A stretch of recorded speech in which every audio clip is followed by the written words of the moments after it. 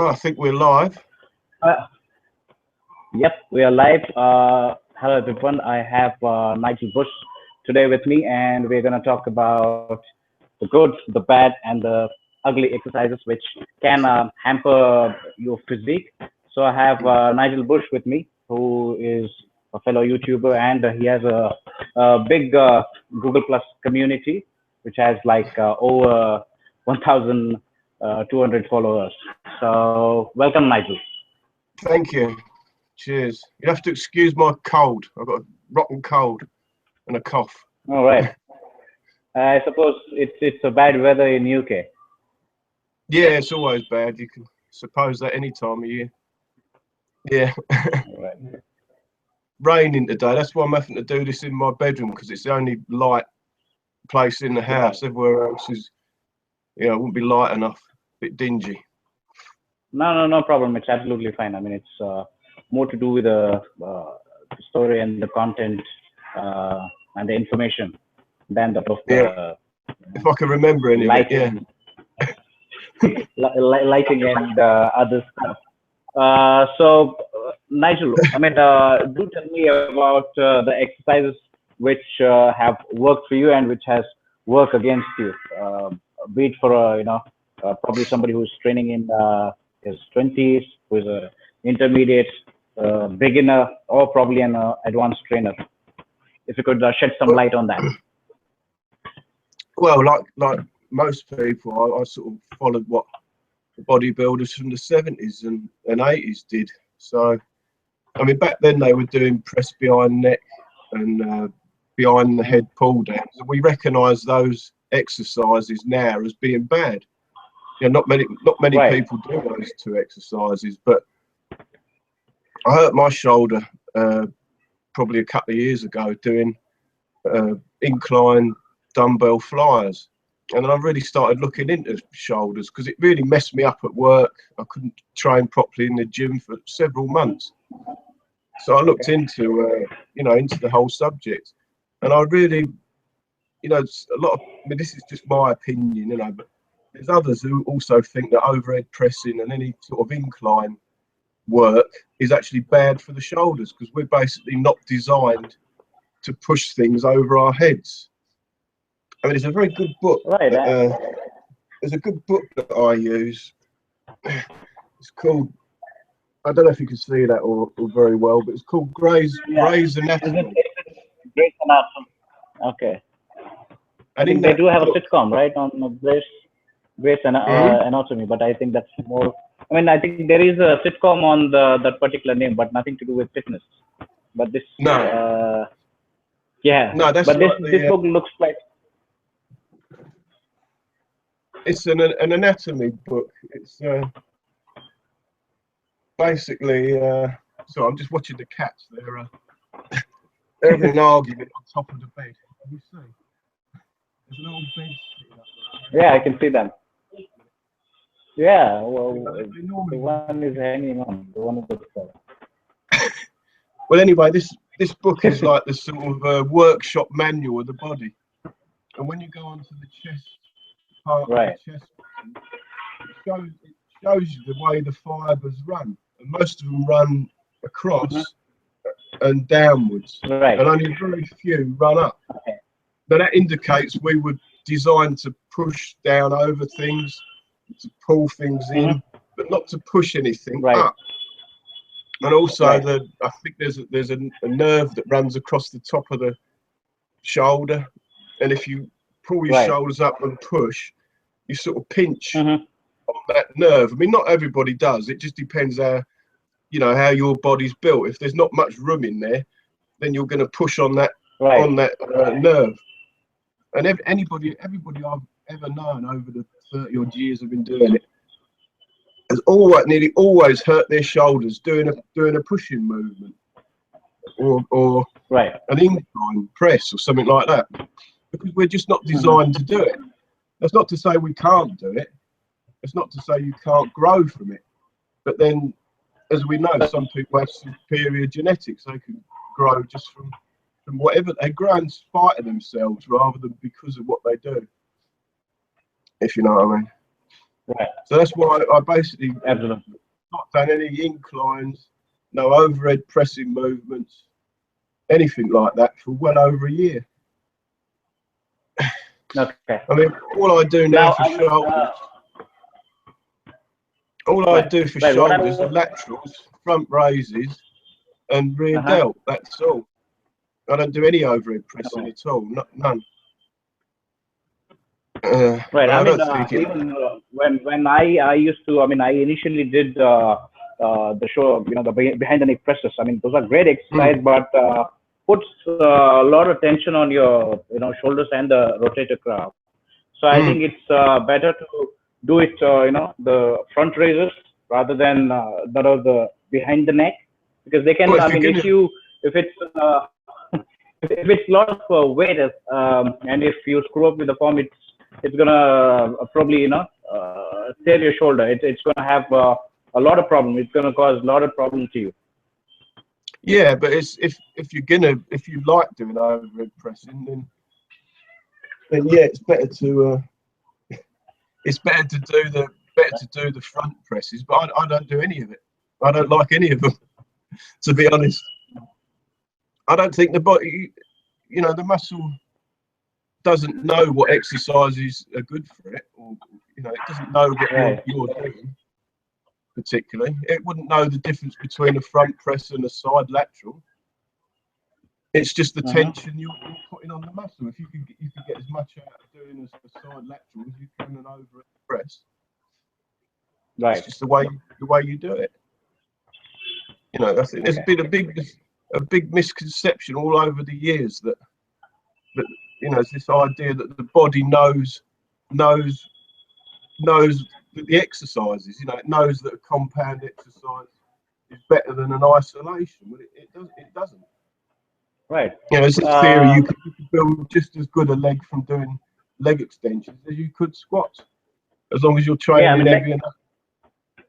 right. Leg extension is another exercise which I think people should avoid, because if over a period of time, I mean, it's going to screw up your ACL if you're going to do it for a long period of time. I mean, some people might say that, they do not have any injuries doing these bad exercises, but that's just momentary. Just because, you don't have any injury or any issues at the moment doesn't mean you're going to have it in the future. It doesn't guarantee anything that it's not going to happen in future. So I think that's another exercise which should be avoided. The other one I feel is the triceps dips.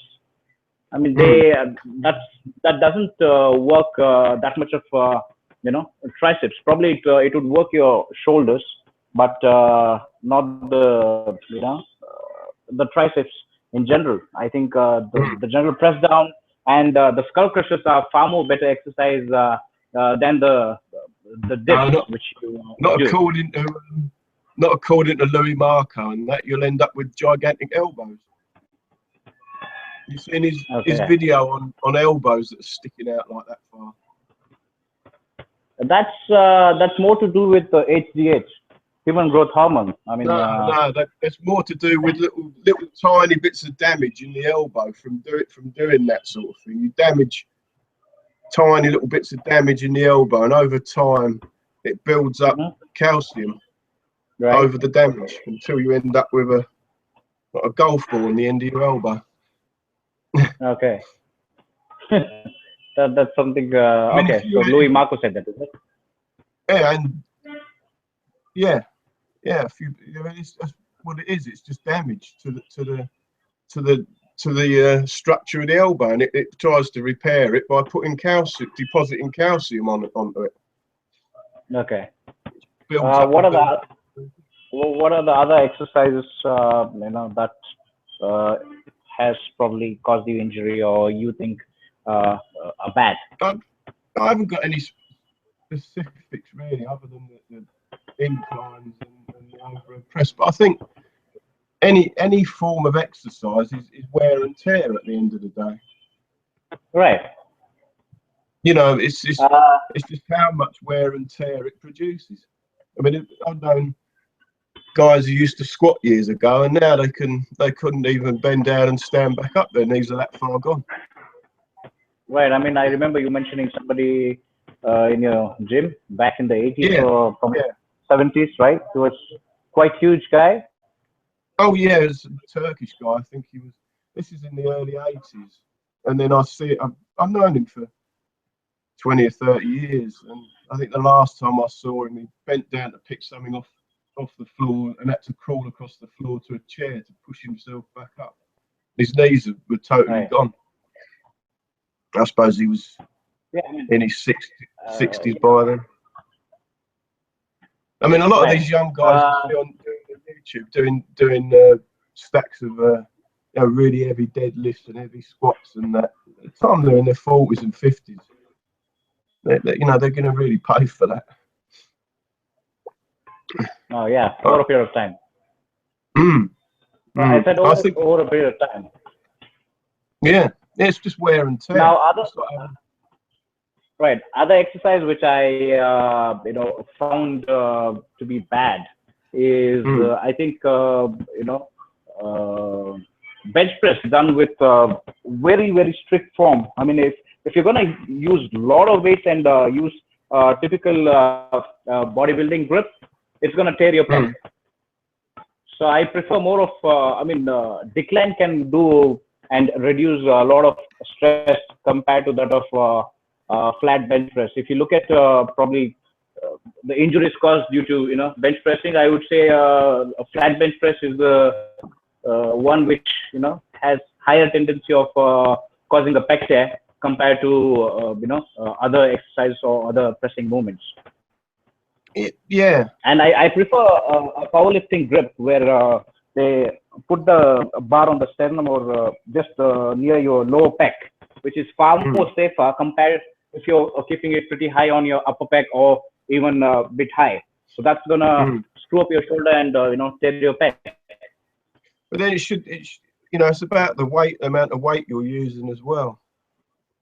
It's very easy to get caught up in trying to lift more weight than actually just training the muscle itself. I mean, bench press is probably not the best pec exercise you could pick, because the pec pulls the arm across.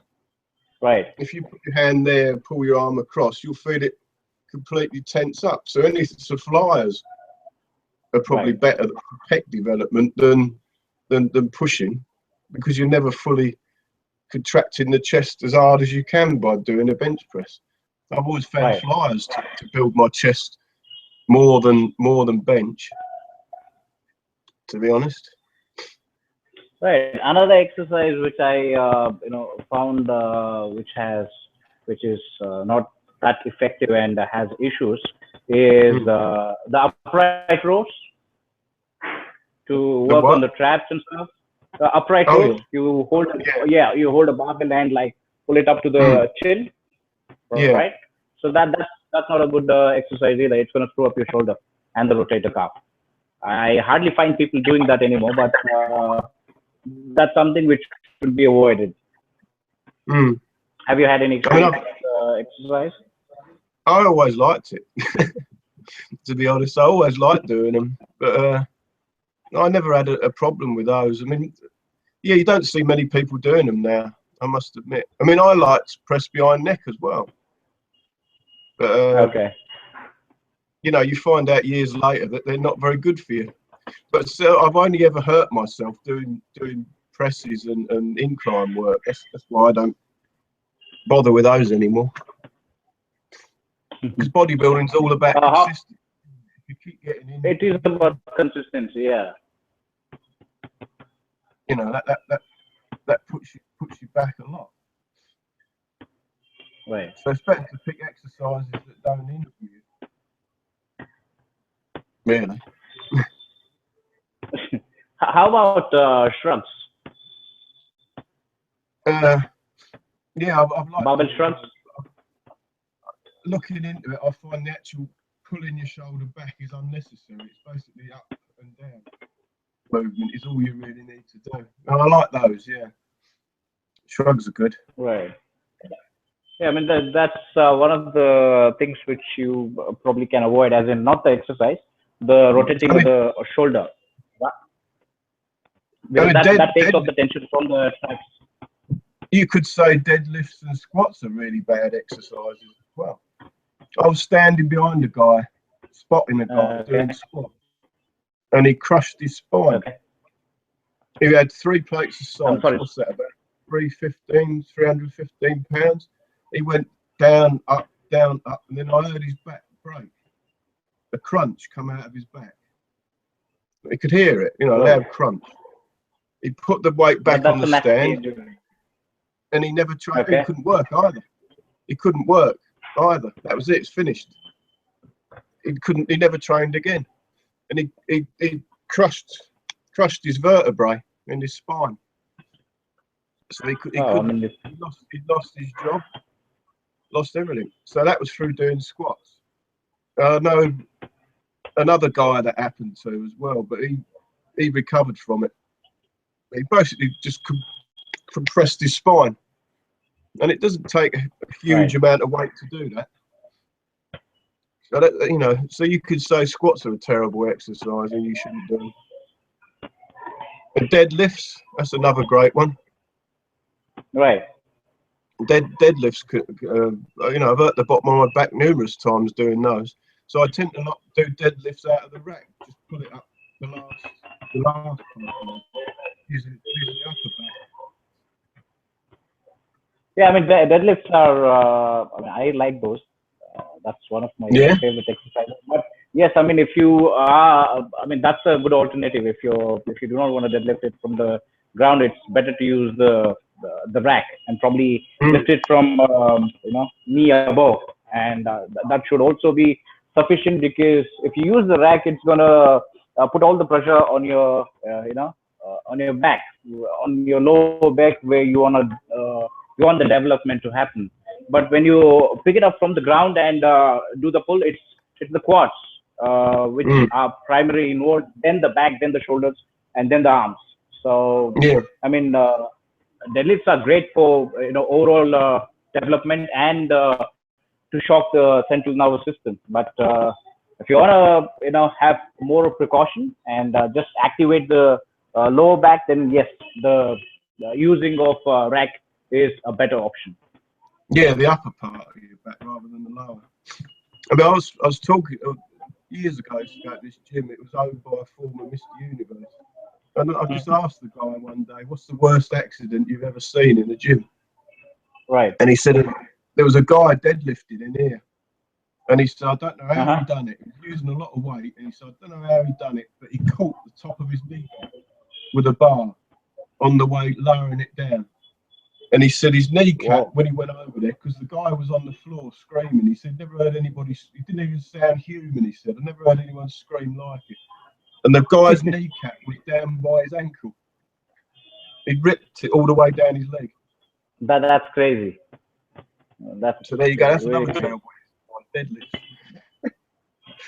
We're running out of exercises, don't be anything you can do. Yeah, I mean, this was supposed to be just, like, do the don'ts of the exercise, but it's I mean, but a couple of examples like the one with the deadlift, and this is more like a horror.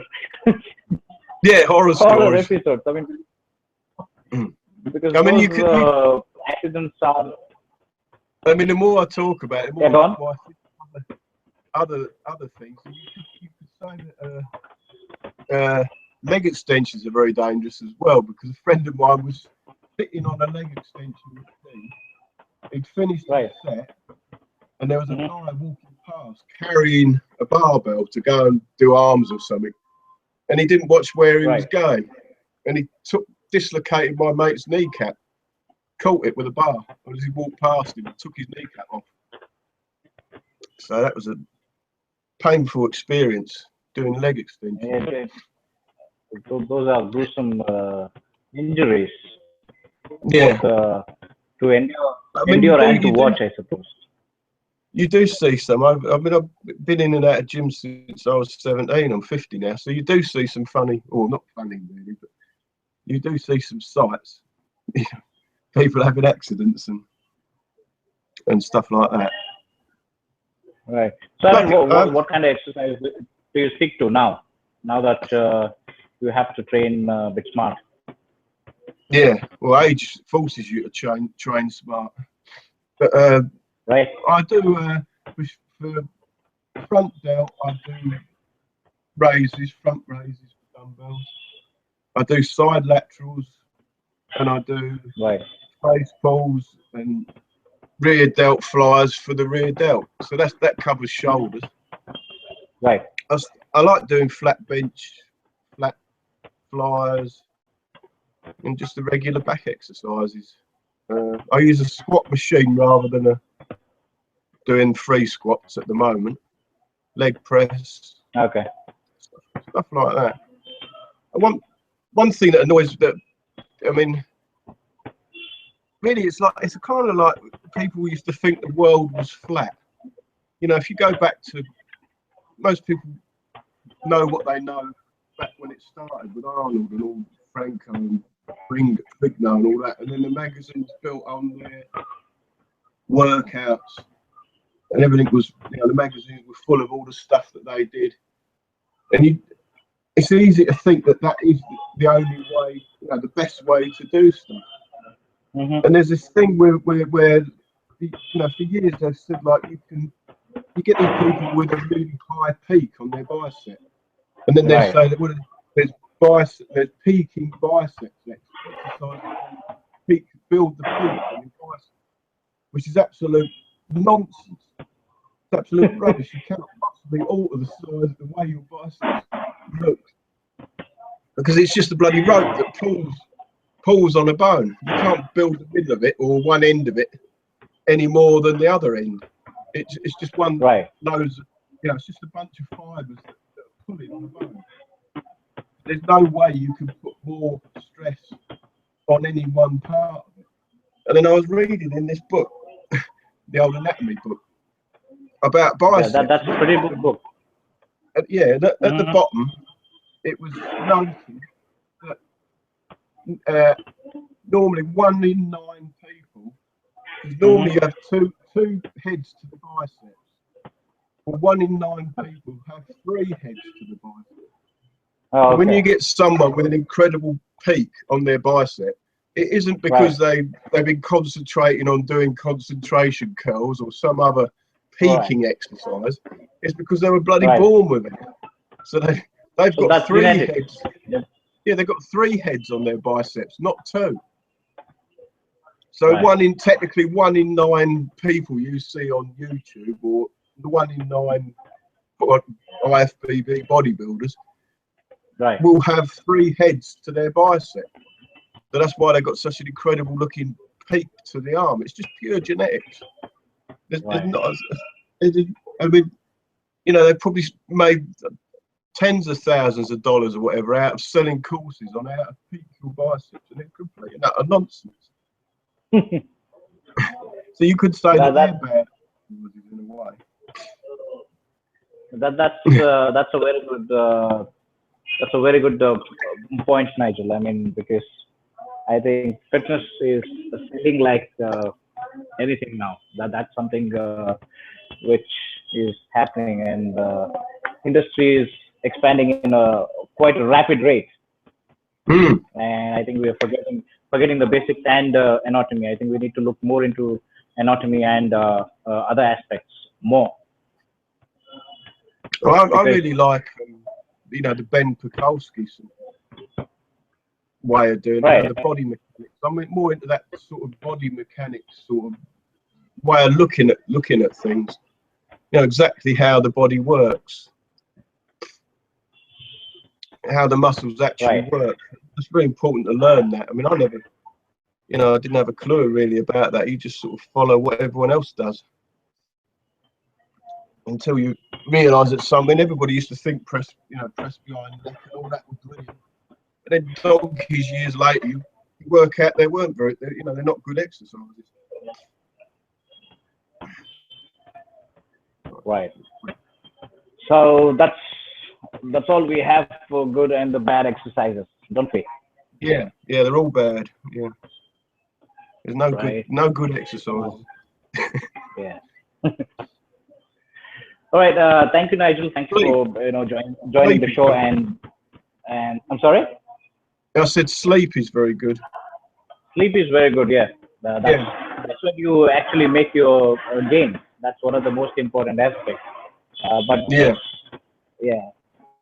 So thanks for coming to the show and sharing your thoughts and knowledge.